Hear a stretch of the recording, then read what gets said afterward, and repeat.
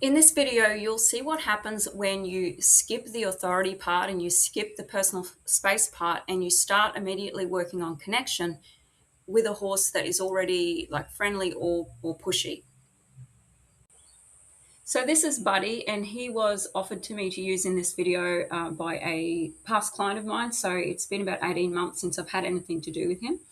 And you can see as I start to approach him that he's not concerned about me, but I do just take a little pause just to check how he's feeling, and then he actually came up to me.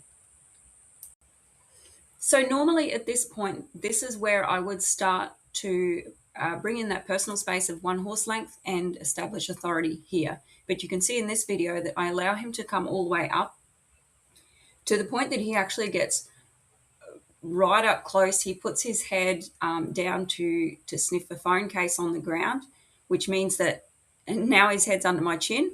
And as he comes up, I was ready for it, but he would have otherwise smacked me in the face if I wasn't ready for that. So you can see that he doesn't really have a whole lot of personal space awareness. And what that translates to in really simple terms is that he is currently above me in the pecking order.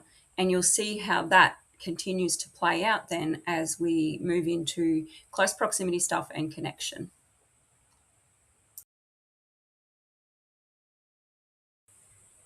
So what happened next was that I caught Buddy and I brought him straight over to the undercover area, and I started to record some instructional stuff for you guys. But somebody else came along to talk to me, and I continued to record, but I just started to, I was just kind of working on a little bit of that connection, that touch while I was talking to them. And as you'll see, that I was also having to do lots of little fix-ups with his behavior as he was pushing on me constantly in small ways. Now, the way that I've done these fix-ups in this part of the video is I've done it in the way that a lot of people do it, where they're just managing it bit by bit. They're just doing enough to kind of block the horse or stop the horse from hurting them, but they're not doing enough to change the horse's perception of who's in a position of authority.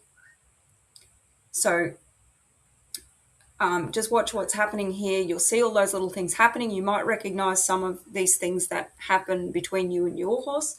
And then further on, I'll show you what I do to switch that around, to put yourself back in a position of authority, to where you can then build some real connection and good communication with your horse.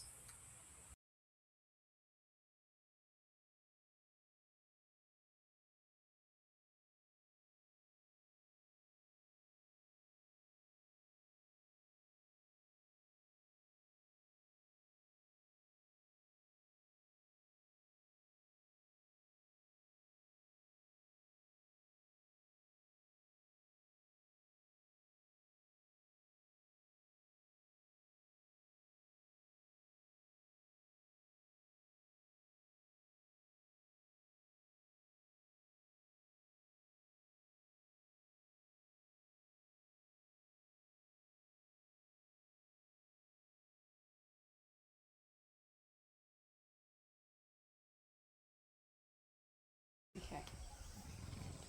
So I'm actually going to back him up just a little bit further. He's about half a horse length away right now. I'm going to back him up a little bit more so that he's a full horse length away.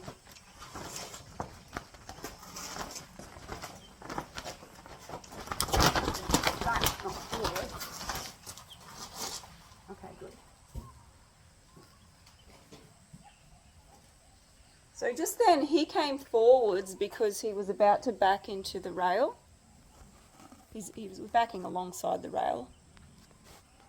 But even little things like that where he decided, oh no, I'm going to come forward because there's a rail there. And he just completely ignored the fact that I was still asking him to back up. Again, he has other options. He can step sideways. He can readjust his body. He doesn't have to step forward into my pressure. So this will be the biggest thing for him, is to re-establish those personal space boundaries and re-establish authority with him. And from there, we have a good foundation where we can build, communication with him.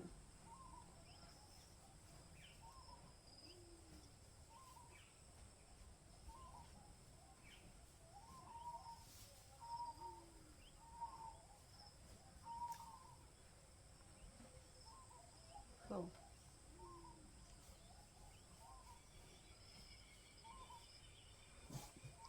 And you might notice now that I've established that space with him as well, he's a lot more content just to stand. Like he's half going to sleep over there.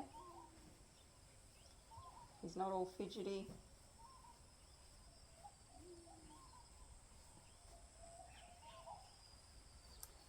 I'm just going to wait for him to relax a little bit more and make sure that he can relax and stay out there. Just going to get his attention again. Good.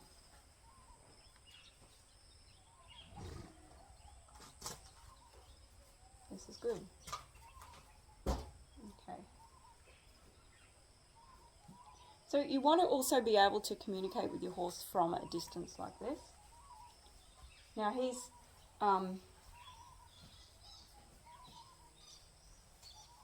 he's more mentally connected with me here, interested in me, so I'm going to come over,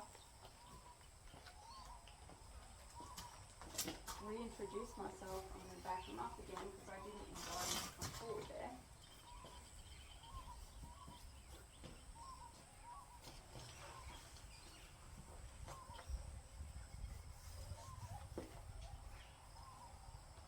Get some flies off of him.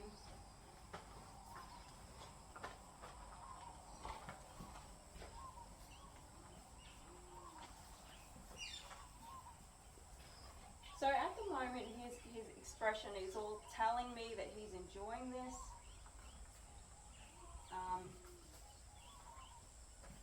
I don't see any tight spots or sore spots.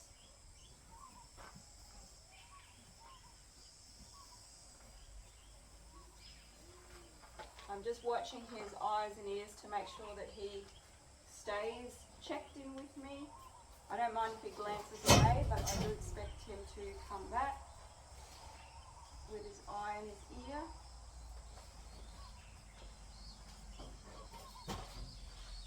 So part of the deal here is you staying checked in with them, because as soon as you zone out, they're much more likely to zone out from you because you've stopped communicating with them.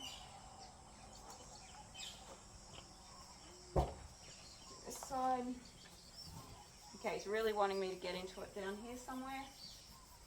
Notice he's like leaning. He's exposing that part to me. He's like wanting me to go down here further.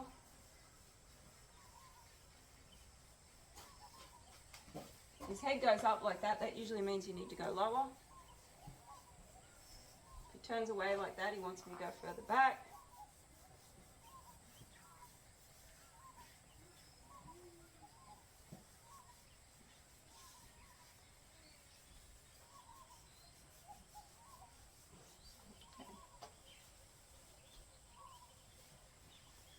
So he's worked out pretty quickly, and I think he was already open to it, that he can communicate with me in this way, which is nice. His biggest problem, like I said before, was not seeing the human as the authority as we're doing this stuff. So that there was more like him asking me to go back here, or he was feeling something in his body, I think. I heard a little clunk back there when he turned.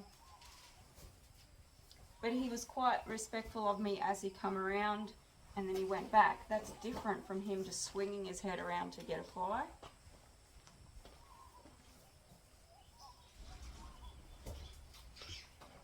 And You know, there's the same amount of flies here as there was 5-10 minutes ago, but he's standing here quite content now for the most part.